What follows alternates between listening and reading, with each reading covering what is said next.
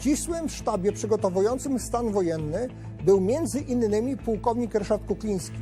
Widząc cel Jaruzelskiego, Kukliński, narażając się na zdemaskowanie, przekazał Amerykanom plany wprowadzenia stanu wojennego. Solidarność szybko stała się organizacją masową.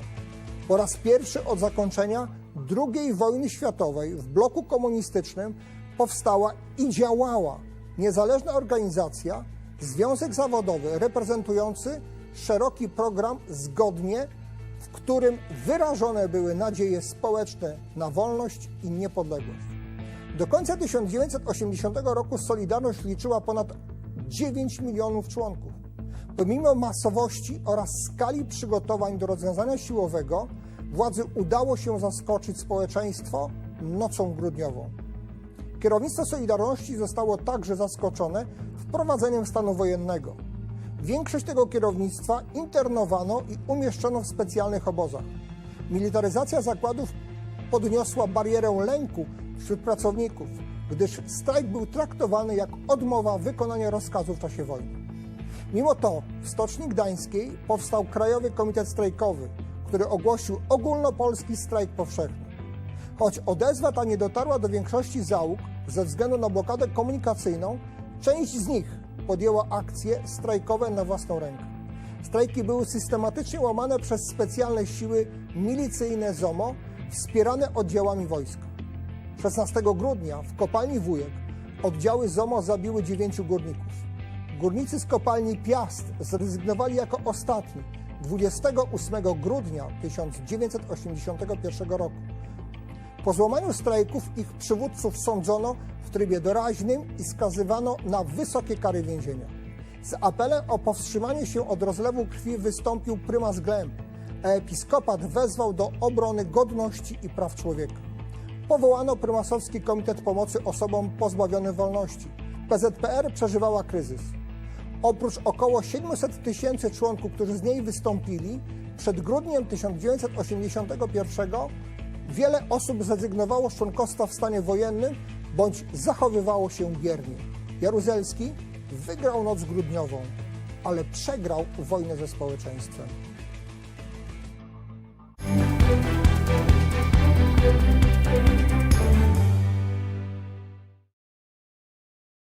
Hello, I'm Chris Mularczyk, inviting you to the first edition of TVP World's new program, Three Seas.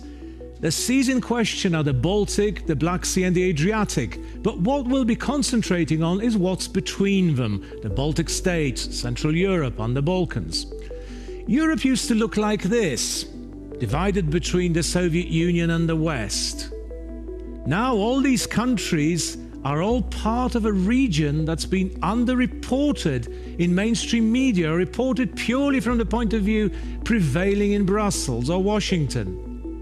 In this program, we will aim to not only cover what's going on in the region, but also the different perspectives in the region on global and universal matters. Welcome to Three Seas.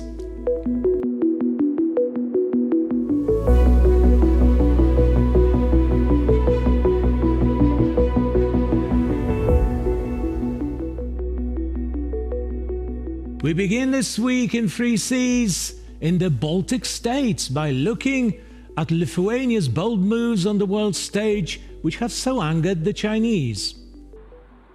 China has decided to downgrade the diplomatic relations with Lithuania to the level of charge d'affaires. That was the reaction to the announcement that Taiwan representative office will be settled in this Baltic country. In spite of China's strong opposition and repeated persuasion, the Lithuanian government approved the Taiwan authorities to establish a so-called Taiwan representative office in Lithuania. This move blatantly violated the One China principle.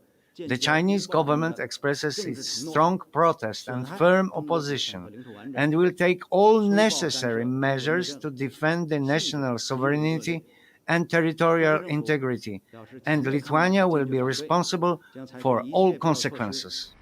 The One China policy is the diplomatic acknowledgement of China's government, but also it is a policy to reunify Taiwan as a part of One China. Therefore, Lithuanians' moves are dubbed as a Cold War thinking in Beijing. Lithuania's move has severely impacted the confidence of companies of the two countries in mutually beneficial cooperation. The Lithuanian side must bear all the consequences arising from the move. We urge the Lithuanian side to immediately correct its wrong decision, earnestly fulfill its commitment to the One China principle, and create favorable conditions for bilateral economic and trade cooperation. That wasn't welcomed by Lithuanians authorities. New Taiwan's office in Lithuania is far from diplomatic establishment, yet it is seen as a sign of growing ties between both places. Lithuania wants more intense economic, cultural and scientific relationship with Taiwan. It was announced in the government program, and this should not have been a surprise to anyone. But I want to emphasize that this step does not mean any conflict or disagreement about One China policy. The office in Lithuania will be the first one in 18 years open in Europe. Most of Taiwanese allies are countries in Africa and Latin America. Formal ties, authorities in Taipei bound only with few countries, and only 15 diplomatic recognitions due to China's pressure.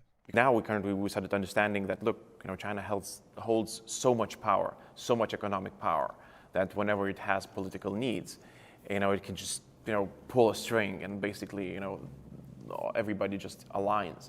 That's why, in Vilnius, encouraged to create new business links. We have to understand again that every country now is involved in Indo-Pacific because, we are all part of a, just very, very, simply put, of the semiconductor supply chain. Japan and United States offered its support. See this as an important step to expand Taiwan's meaningful participation in the international space.